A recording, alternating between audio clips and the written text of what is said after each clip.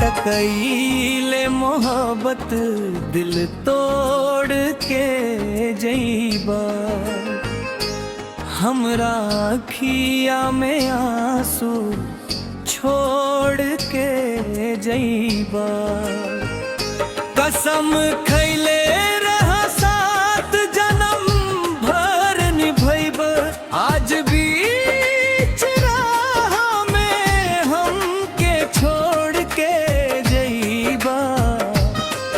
तकईले मोहब्बत दिल तोड़ के जईबा, हमरा सपना के तू राख बनीबा।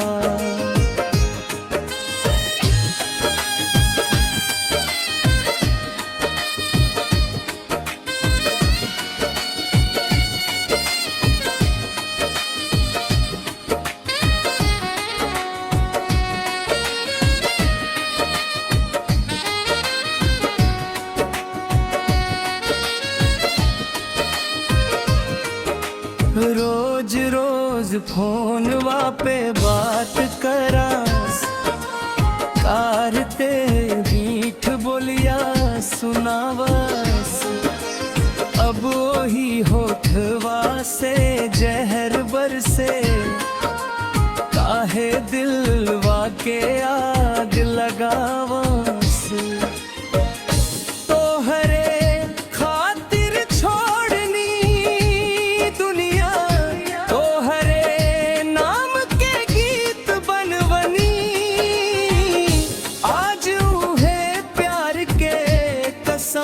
तोड़ के काहे गैर के बाहों में समईबा,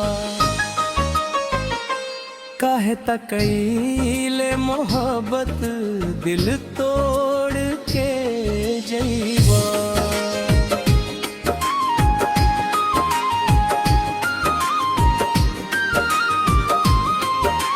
चांद सितारा रात भर सपना सजवनी, तोहरे बिनाई जिंदगी सूना, तू ही दुनिया समझवनी। अब तू कहताड़ू भूल जा हमके, कैसे दिल से निकाल दी। जितना चाहबू दूर होके, उतना याद में जल जईबा, काहे तकईले मोहब्बत दिल तोड़ के जईबा।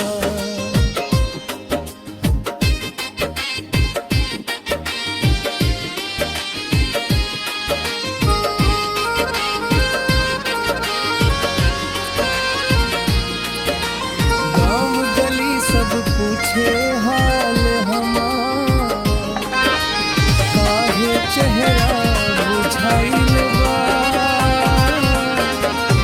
कैसन चोट दिहल से सजना, मनवा पूरा रोइल बा। रौरा बिना नानी दिया, काहे तकईले दिल तोड़ के जईबा, हमरा अखिया में आंसू छोड़ के जईबा। कसम खैले रहा साथ जन्म भर निभैब, आज भी